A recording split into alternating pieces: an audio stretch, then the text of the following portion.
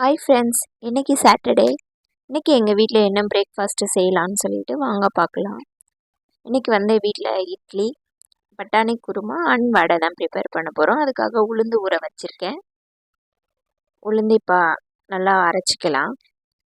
அதுக்காக இஞ்சி, வெங்காயம், கொத்தமல்லி, பெருங்காயத்தூள் வடைக்காக எடுத்து வச்சுருக்கோம். அதை மாவில் போட்டு மிக்ஸ் பண்ணிக்கலாம். வெங்காயம், கொத்தமல்லி,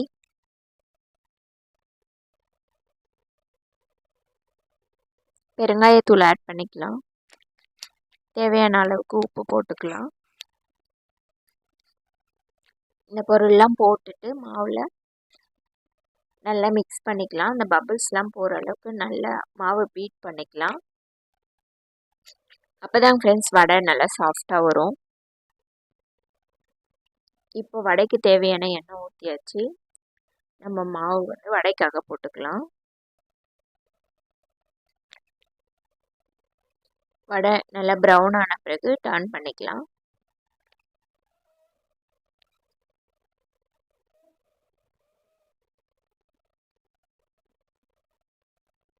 இப்போ நல்லா ப்ரௌன் ஆயிடுச்சு. வடை எடுத்துக்கலாம். வடை ரெடி. இப்போ பட்டாணி குருமாக்கு தேவையான அளவுக்கு எண்ணெய் ஊற்றிக்கலாம். பட்டை, பிரியாணி இலை, பொடியாக நறுக்கி வச்ச வெங்காயம்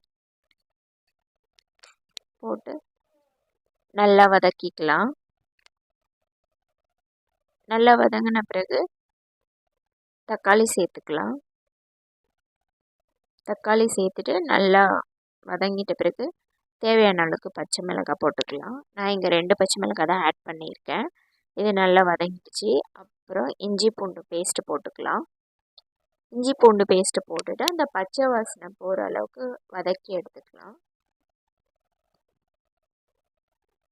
இப்போ நல்லா வதங்கிடுச்சு. மஞ்சத்தூள் போட்டுக்கலாம். மிளகாத்தூள், கரம் மசாலா தூள்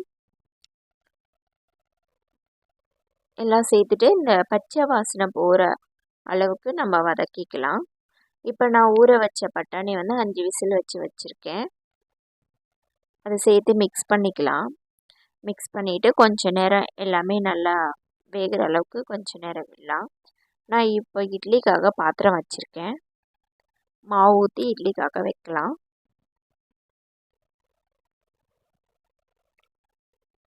இப்போ இட்லி வெந்துட்டுருக்கு. குருமாவும் நல்லா வெங்காயம், தக்காளி, பட்டாணி எல்லாம் நல்லா வெந்துருச்சு. வெந்துட்ட பிறகு நல்லா அரைச்சி வச்ச தேங்காவை மிக்ஸ் பண்ணிக்கலாம். மிக்ஸ் பண்ணிவிட்டு தேவையான அளவுக்கு தண்ணி ஊற்றிக்கலாம். தேவையான அளவுக்கு உப்பும் போட்டுக்கலாம். போட்டுட்டு கொஞ்சம் நேரம் கொதிக்க விடலாம். இப்போ நல்லா குருமா கொதித்து வந்துடுச்சு. இப்போ கொத்தமல்லி தழை போட்டு ஒரு 2 நிமிஷம் சிம்மில் வச்சுட்டு ஆஃப் பண்ணிடலாம். அவ்வளோதாங்க ஃப்ரெண்ட்ஸ், குருமா ரெடி. இட்லியும் வெந்துடுச்சு. இட்லி இறக்கிக்கலாம்.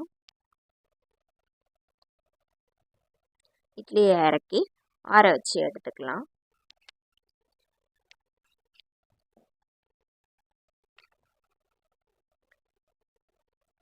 அவ்வளோதாங்க ஃப்ரெண்ட்ஸ், இன்றைக்கி இட்லி, பட்டாணி kurma and vada ready. Friends, இந்த வீடியோ உங்களுக்கு பிடிச்சிருந்தால் லைக் பண்ணுங்கள், ஷேர் பண்ணுங்கள் அண்ட் சப்ஸ்கிரைப் பண்ணுங்கள். நெக்ஸ்ட் வீடியோவில் பார்க்கலாம். பாய்.